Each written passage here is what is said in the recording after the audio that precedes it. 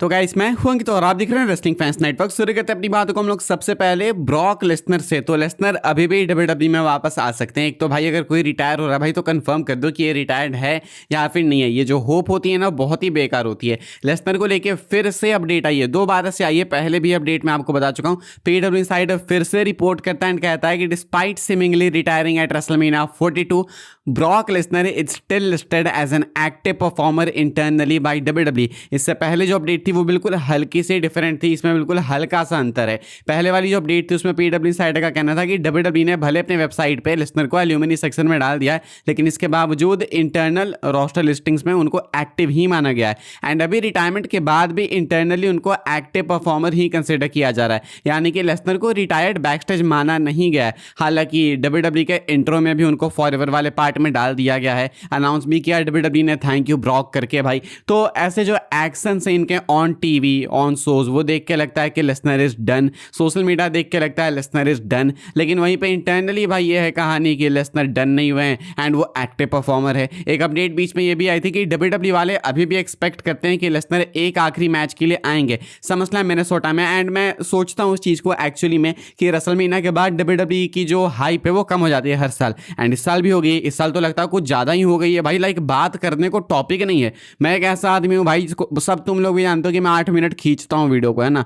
8 minute नहीं खींच रही मेरे से वीडियो, तो समझ जाओ कि बात करने को कुछ भी नहीं होगा। 3 वीडियो की जगह 2 वीडियो डालनी पड़ रही, वो भी 8 मिनट की नहीं। तो ऐसे में डब्ल्यूडब्ल्यूई का कंटेंट बिल्कुल खत्म है एंड यही इनको टॉकिंग पॉइंट्स चाहिए। तो हो सकता है maybe for SummerSlam they just bring back Brock Lesnar, क्योंकि मिनेसोटा मिनियापोलिस से भाई लेसनर का होम टाउन है, होम वेन्यू है। तो maybe just maybe फिलहाल अगर वो एक्टिव परफॉर्मर कंसिडर किए जा रहे हैं तो जो होप है वो एक जो रे है होप की वो खत्म नहीं हुई है अभी भी। शायद आप लेसनर के फैन हो तो मान सकते हो कि शायद लेसनर आ जाए, लेकिन क्या ये सही डिसीजन होगा वही क्वेश्चन घूम फिर के आता है। आप लोग बताना भाई, आप लोग इस चीज के ऊपर क्या सोचते हो। हम लोग बात करते हैं ओबा फैमी की। तो ओबा फैमी ने लेसनर को बीट किया रेसलमेनिया में एंड अपेरेंटली शायद से उनको रिटायर भी कर दिया। लेकिन ओबा फैमी इसके बाद क्या कर रहे हैं, एक अपडेट है, इसको लेकर मैं आपको बताता हूं भाई। अपडेट एक्चुअली में कहती है कि डब्ल्यूडब्ल्यूई के पास कोई डायरेक्शन नहीं है ओबा फैमी को लेके। अभी एक बैकस्टेज अपडेट है, नॉर्मली बैकस्टेज अपडेट्स आती है भाई तो ज्यादा पता नहीं चलता है कि क्या रियल है क्या नहीं। जब डब्ल्यूडब्ल्यूई अनरियल आता है तब अब तो कुछ रिवील होने लगा है, वरना पहले तो बिल्कुल कुछ नहीं होता था।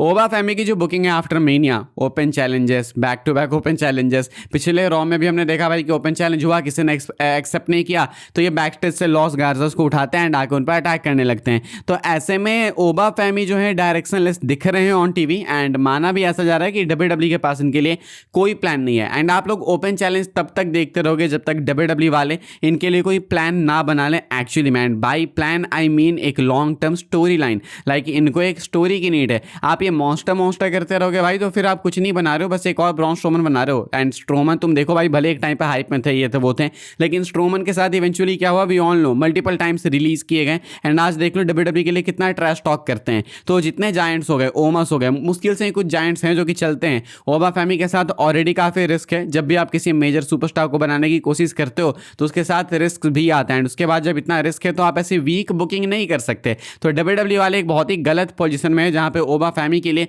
इनके पास कोई लॉन्ग टर्म डायरेक्शन नहीं है, इसीलिए ओपन चैलेंज चल रहा है। लेकिन ये ओपन चैलेंज खत्म हो जाएगा जब इनको डायरेक्शन मालूम चल जाएगा। तो पता नहीं इनकी अगली फ्यूड किसके अगेंस्ट होगी, लेकिन आई 100% बिलीव कि क्लैश इन इटली आते आते या क्लैश इन इटली होने के बाद ओबा फैमी को एक फ्यूड मिलेगी। नहीं मिलेगी तो भाई देन फेलियर है डब्ल्यूडब्ल्यूई बुकिंग का ये, एंड इससे ज़्यादा कुछ भी नहीं है। एंड ओबा फैमी को बहुत अफेक्ट करेगी देन ये चीज़। ये कुछ है ओबा फैमी को लेकर अपडेट। आप लोग क्या सोचते हो भाई इसके बारे में बताना। आपके अकॉर्डिंग लेसनर को रिटायर करने के बाद इन ओपन चैलेंजेस के बाद ओबा फैमी की एक एक्चुअल स्टोरी किसके साथ होनी चाहिए। आगे बढ़ते हैं भाई, हम लोग बात करते हैं अगले अपडेट के बारे में। एंड ये कोई कॉन्क्रीट अपडेट नहीं, मैं आपको ये नहीं बोलूंगा कि ऐसा ही होगा, लेकिन स्पेकुलेशन है, more like a speculation. Roman Reigns and Jacob Fatu का जो अगला मैच है मोस्ट लाइकली वो एक स्टेपुलेशन वाला मैच होने वाला है। क्लैश इन इटली में लोग कंपीट करेंगे। मैच अनाउंस नहीं किया गया लेकिन कर ही दिया जाएगा, वी ऑल नो। एंड ऐसे में ये मैच शायद स्टेपुलेशन वाला मैच हो सकता है। इंटरनेट पर स्पेकुलेशन है कि शायद डब्ल्यूडब्ल्यूई वाले स्टेपुलेशन डालेंगे बिकॉज बैकलेस में एक नॉर्मल मैच हो चुका है एंड जेकब फार्टू इतने ज्यादा ब्रूटल अटैक्स कर चुके हैं। रोमन रेंस भी भी चेयर यूज कर चुके हैं जेका फाटू पे। तो जब चेयर यूज हो चुका है, इतना ब्रूटल अटैक हो चुका है, जेका फाटू बिल्कुल पागल से हो रहे हैं, तो हो सकता है कि इनके मैच में नो डिस्क्वालिफिकेशन वाली स्टेपुलेशन ऐड कर दी जाए। या तो आप एक्सट्रीम रूल्स बना सकते हो, आप चाहो नो होल्ड्स बार्ड भी बोल सकते हो, लेकिन एक तरीके से सब कुछ सेम ही होता है। May be false count anywhere, या फिर बेस्ट केस सिनेरियो में आप लोग आई क्विट मैच भी कर सकते हैं। आई क्विट मैच याद ही होगा भाई, रोमन रेंस एंड जे उसो का हुआ था, एंड जे उसो रोमन का वो हेल इन अ सेल मैच कितना ब्रूटल था। तो चाहे तो ये आई क्विट मैच कर सकते हैं, बट आई बिलीव डब्ल्यूडब्ल्यू वाले उतना ज़्यादा नहीं जाएंगे, तो लेकिन फिर भी एक स्टेपुलेशन ऐड किया जा सकता है एंड वो नो डिस्क्वालिफिकेशन हो सकता है। Eventually we all know the result भाई, रोमन जीतने ही वाले। तो अगर एक और नॉर्मल मैच होता है एंड उसमें रोमन जीतते हैं तो कुछ बात बदलेगी ही नहीं, क्या ही बदल जाएगा। क्लास इन इटली में भी 1 महीना वेस्ट करेंगे हम लोग, लेकिन भले रिजल्ट सेम हो, आउटकम भले सेम हो, रोमन रिटेन करें, अगर इस मैच में स्टेपुलेशन ऐड कर दी जाए तो उससे तो बेटर हो जाएगा मैच, हाइप के भी मामले में एंड ऑब्वियसली एक्शन के भी मामले में। एंड इस बार तो डर ज़्यादा लगेगा, लाइक बैकलेस में तो पता था कि रोमन किसी कंडीशन में नहीं हारने वाले, बिल्कुल भी नहीं। तो भले 2.99 भी पिन हो रहा था, पता था कि किक आउट करेंगे रोमन, लेकिन क्लैश इन इटली में भाई अगर ऐसे क्लोज पिन्स होंगे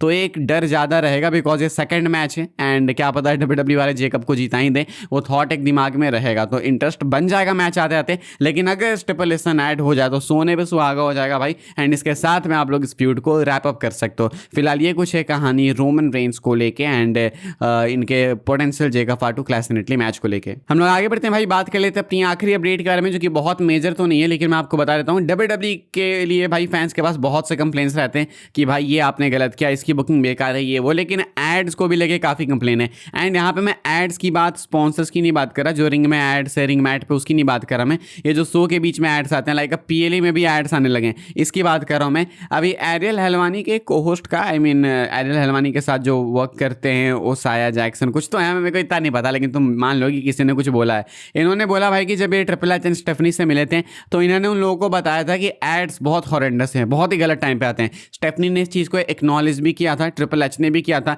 अब पता नहीं ये लोग इस चीज़ के बेटरमेंट के लिए काम कर रहे हैं या फिर नहीं, लेकिन इन लोगों को, इन दोनों को बहुत अच्छे से पता है, हस्बैंड वाइफ को, ट्रिपल एच एंड स्टेफनी दोनों को पता है कि एड्स बहुत ही गलत टाइम पे आ रहे हैं। लोग भाई उनके फेस पे जाके भी इस चीज़ को बोलते हैं। ट्रिपल एच तो एक्चुअली में रिवील्ड है कि ट्विटर बहुत ज़्यादा स्क्रॉल करते हैं एंड ट्रिपल एच ट्विटर बहुत देखते हैं, तो अगर वो देखते होंगे तो उनको पहले भी पता होगा। लेकिन अगर फेस टू फेस जाके कोई बोल दे, वो भी कोई सेलिब्रिटी बोल दे, तो देन तो भाई बात बनती है, काफ़ी हद तक बनती है। तो ऐसे में ट्रिपल एच जो है जानते हैं कि एड्स काफ़ी हैं, स्टेफनी भी जानती है, बट क्या इसका एक्चुअली में कुछ सुधार किया गया अभी तक? अभी तो देख के नहीं लगता। क्या आगे किया जाएगा? नहीं पता, क्योंकि डब्ल्यूडब्ल्यू वाले पैसों से कॉम्प्रोमाइज़ नहीं करते हैं एंड डब्ल्यूडब्ल्यू वाले कर भी ले तो TKO वाले नहीं करते हैं, वो तो नहीं करने देंगे भाई बिल्कुल भी। तो इसलिए ट्रिपल एच स्टेफनी जान के भी चाह के भी कुछ भी नहीं कर पाएंगे, बेचारे होपलेस हैं एंड बेचारे मान के चलो भाई कि आमलेस है, कुछ नहीं कर सकते हैं। फिलहाल बस अभी के लिए भाई इस वाली वीडियो के लिए यही सारी अपडेट्स थी भाई लोग। आई होप आपको इन्फॉर्मेशन मिली हो तो वीडियो को लाइक कीजिएगा, शेयर कीजिएगा, सब्सक्राइब कीजिएगा चैनल को, ताकि आने वाले टाइम के अंदर आपको और भी सही डब्ल्यूडब्ल्यू के अपडेट्स वगैरह सबसे पहले देखने को, जानने को मिलते रहे। फॉलो कर सकते हैं आप लोग मुझे इंस्टाग्राम एंड ट्विटर पर, लिंक आपको मिलेगा डिस्क्रिप्शन में। ज्वाइन कर सकते हैं व्हाट्सएप चैनल को, उसके भी लिंक है डिस्क्रिप्शन में। मिलूंगा मैं आपसे अगली वीडियो में जल्दी ही, तब तक के लिए goodbye, thanks for watching.